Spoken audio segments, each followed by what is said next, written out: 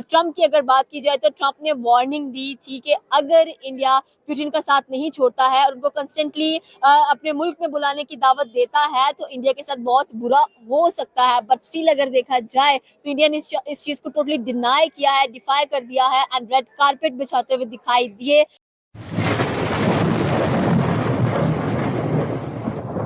नमस्कार दोस्तों, स्वागत है आपका हिंदुस्तान डॉट में। तो दोस्तों, आपने इंट्रो में देख लिया ने व्लादिमीर पुतिन की इंडिया विजिट से पाकिस्तानी भी बहुत परेशान है, क्योंकि दोस्तों इंडिया ने पूरी दुनिया के सामने प्रूव कर दिया कि इंडिया किसी की धमकियों से नहीं डरता। वरना अमेरिकन प्रेसिडेंट और यूरोपियन कंट्री तो इंडिया पे हर दिन प्रेशर डाल रहे थे और कहते थे कि अगर इंडिया रशिया से सस्ता ऑयल खरीदेंगे तो अमेरिका और यूरोप इंडिया पे हैवी टैरिफ लगाएंगे।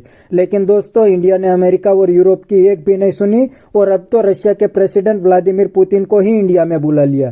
तो दोस्तों ये सब देख के पाकिस्तानी भी बहुत परेशान है और कहते हैं कि इंडिया एक इंडिपेंडेंट कंट्री है और दूसरी साइड पाकिस्तान तो अमेरिका के पैर में लेट गए है। तो दोस्तों बिना टाइम वेस्ट किए वीडियो में आगे देखते हैं इस बात पे पाकिस्तानी पब्लिक के रिएक्शन। अगर आप नहीं हैं तो पहले चैनल को सब्सक्राइब कर लीजिए और वीडियो को अंत तक देखें।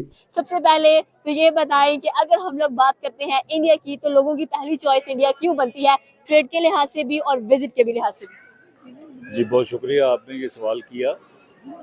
देखें, जब आप लोग ये सवाल करते हैं ना तो आप लोग ये भूल जाते हैं कि पाकिस्तान की जो जोग्राफियाई अहमियत है पूरी दुनिया में, तो उस लिहाज से फिर हमें इंडिया के लेवल पे लोग रखते हैं। और हम खुद भी जोग्राफी लिहाज से क्योंकि इम्पोर्टेंस है, एक साइड पे अफगानिस्तान है, एक साइड पे ईरान है, दूसरी साइड पे इंडिया है, चाइना है।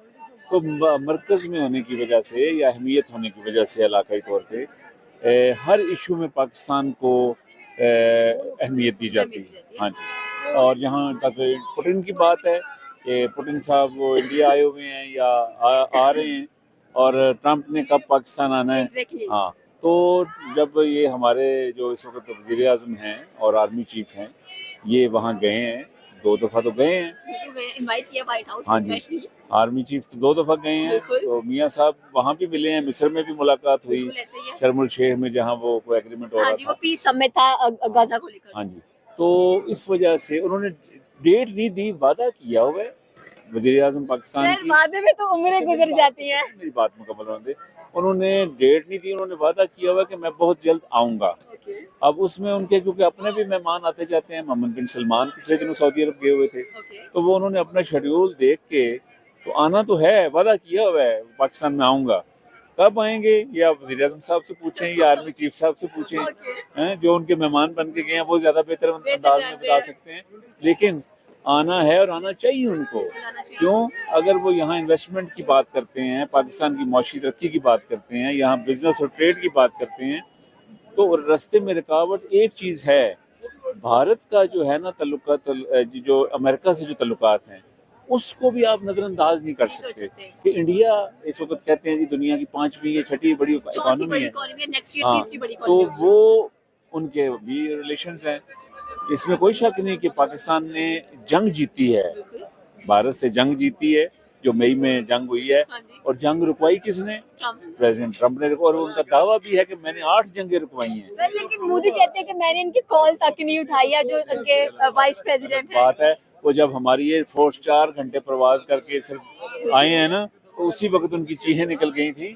उनको पता ही नहीं हम कितने इस वक्त बैले, उनके तो अपने त्यारे गिर गए, वो फ्रांस के त्यारे जो राफेल था वो गिरा, और भी उनके त्यारे गिरे हैं, उनको तो वो उसका गम नहीं अब तक गया जिसका आज तक वो किसी मीडिया के सामने उन्होंने जवाब दिए। इंडिया के वालों की एयरफोर्स की या उनकी आर्मी की क्या हैसियत है? अभी कल दुबई में उनका त्यारा गिरा है, नलायक उनकी एयरफोर्स है। पाकिस्तान का मुकाबला तो दुनिया की कोई एयरफोर्स और कोई आर्मी नहीं कर सकती। इस वक्त जो टेक्नोलॉजी हमारे एयर चीफ ने और ये जो हैं चीफ ऑफ डिफेंस बने हैं आसिम मुनीर साहब, उन्होंने जो दिफा किया है वो खराज तहसीन है, सारी दुनिया उनको सलाम पेश करती है। ट्रंप ने 4-5 दफ़ा खराज अकीदत पेश किया है, सलाम पेश किया है। बाज़ का नज़रियाती तौर पे हम इख्तिलाफ भी करते हैं जब वो नून लीग की गवर्नमेंट को सपोर्ट कर रहे होते हैं, लेकिन उनका जो उन्होंने जो जंग जीती है वो अपनी मिसाल आप है। बिल्कुल आपकी बात सही है और साथ में ये जो मीटिंग है मोदी की और पुतिन की, उसमें ये सुनने में आ रहा है कि बहुत जल्द जो हमारे फील्ड मार्शल हैं आसिम मुनीर, उन पे सैंक्शंस लगने वाले हैं और रेडी रहे पाकिस्तान एक बार फिर से। तो ये सैंक्शंस किस किस्म के होंगे? हम कोई किसी सैंक्शन से नहीं डरते, ना हमारी आर्मी डरती है। सैंक्शन कहाँ लगाने हैं उन्होंने? अमेरिका किसने सैंक्शन लगाने हैं? अमेरिका को तो पाकिस्तान की जरूरत है। यहाँ अफगानिस्तान में अड्डा लेने के लिए उन्होंने 2 दफा आर्मी चीफ को बुलाया है। और यहाँ आपको पता है अफगानिस्तान के बॉर्डर पे जो लड़ाई है, क्या लड़ाई है वो? जब बेसिकली सुना जाए तो उन्होंने ये कहा था कि उन्होंने हमारे फौजी जवान मार दिए, तो उसकी वजह से ये जो जंग है ये की गई है। जी, उन्होंने पाकिस्तान के अंदर अफगान तालिबान जो हैं, उन्होंने पाकिस्तान के अंदर आके दहशतगर्दी की कार्रवाइयाँ की हैं और फितनातुल फवारिज जो है उसको मजीद हवा मिली। तो उसका जवाब देते हुए पाकिस्तान एयरफोर्स ने और पाकिस्तान आर्मी ने अफगानिस्तान के बॉर्डर पे उनकी चौकियाँ तबाह की। ना सिर्फ चौकियाँ तबाह की बल्कि अफगानिस्तान के अंदर जाके उनको दहशतगर्दों को सबक सिखा के आए हैं। और हर वक्त हमारी आर्मी तैयार है।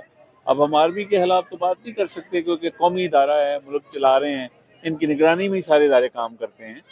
तो ये बात है, इसमें हमें ना मोदी का कोई डर है, ना हमें सैंक्शन की कोई परवाह है। एटम बम आज से कितने 26 साल या 27 साल पहले हमने बना लिया था। एटम बम की धमकी क्यों है बीच में? देखें, एटम बम एक आखिरी हथियार होता है। हाँ? क्यों बनाया पाकिस्तान ने? आपको पता है, पहले एटमी धमाका इंडिया ने किया था 1975 में। उन्होंने जब किया तो पाकिस्तान को खतरा लाहक हुआ कि हमारे पास जो वेपन नहीं है वो हमारे पास भी नहीं चाहिए। तो उस वक्त के जो वज़ीर आज़म थे जुल्फ़िकार अली भुट्टो साहब, उन्होंने बुनियाद रख दी एटमी प्रोग्राम की। वो फिर कंप्लीट हो गया था ज़्यादा दौर में, लेकिन एटमी धमाका जो है वो नवाज शरीफ साहब ने किया था 1998 में और तब से हम एटमी पावर है। अब इसमें सैंक्शन लगनी होती, उस वक्त भी प्रेसिडेंट क्लिंटन की बड़ी धमकियां आई थी कि मैं सैंक्शन लगा दूंगा। लगाई भी उन्होंने सैंक्शन, लेकिन पाकिस्तान की जो अहमियत है एज ए मुल्क दुनिया में, उससे कोई इनकार ही नहीं कर सकता। कितनी पाबंदियां लगाएंगे? अब रोटी तो छीन नहीं सकते हमसे।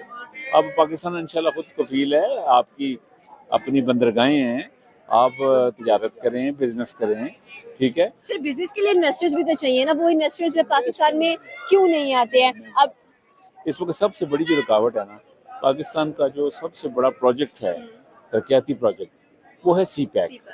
तो दोस्तों, ये थे पाकिस्तानी पब्लिक के रिएक्शन और ये पाकिस्तानी ने भी बिल्कुल सही बता दिया कि इंडिया पे अब कोई भी कंट्री प्रेशर नहीं डाल सकती। इंडिया ने पूरी दुनिया के सामने प्रूव कर दिया कि इंडिया एक इंडिपेंडेंट कंट्री है और इंडिया की फॉरेन पॉलिसी भी इंडिपेंडेंट है। इंडिया को जहां पे फायदा होगा वहां पे इंडिया डील करेंगे, क्योंकि आज इंडिया की इकोनॉमी भी दुनिया की टॉप इकोनॉमी बन गई है। इसीलिए इंडिया दुनिया की कोई भी कंट्री से नहीं डरते, क्योंकि इंडिया को भी पता है कि पूरी दुनिया अब इंडिया को इग्नोर नहीं कर सकती। इंडिया अब इम्पोर्टेंट कंट्री बन गया है। लेकिन दोस्तों, ये पाकिस्तानी ने पाकिस्तान के बारे में बिल्कुल ही गलत बताया। आज पाकिस्तान की दुनिया में कोई रिस्पेक्ट नहीं करते और पाकिस्तान का कोई दुनिया में काम भी नहीं है, क्योंकि दोस्तों पाकिस्तान के पास कुछ भी नहीं बचा। पाकिस्तान के पास दुनिया को एक्सपोर्ट करने के लिए कोई भी प्रोडक्ट नहीं है और दुनिया से खरीदने के लिए पाकिस्तान के पास डॉलर नहीं है। तो पाकिस्तान का क्या ही दुनिया को काम होगा। और ये अमेरिका वाले अभी पाकिस्तान को घास डाल रहे हैं, क्योंकि दोस्तों अमेरिका को अफगानिस्तान के अंदर पाकिस्तान के थ्रू वापस आना है। इसीलिए पाकिस्तान को थोड़े बहुत पैसा देंगे, बाकी पाकिस्तान की रिस्पेक्ट अमेरिका में भी नहीं है। तो बस दोस्तों, आज के वीडियो में इतना ही। ये थे पाकिस्तानी पब्लिक के रिएक्शन। अगर आपको ये वीडियो पसंद आया है तो वीडियो को लाइक शेयर कर दीजिए और चैनल को सब्सक्राइब करना मत भूलिए। Thank you. मिलते हैं नेक्स्ट वीडियो में।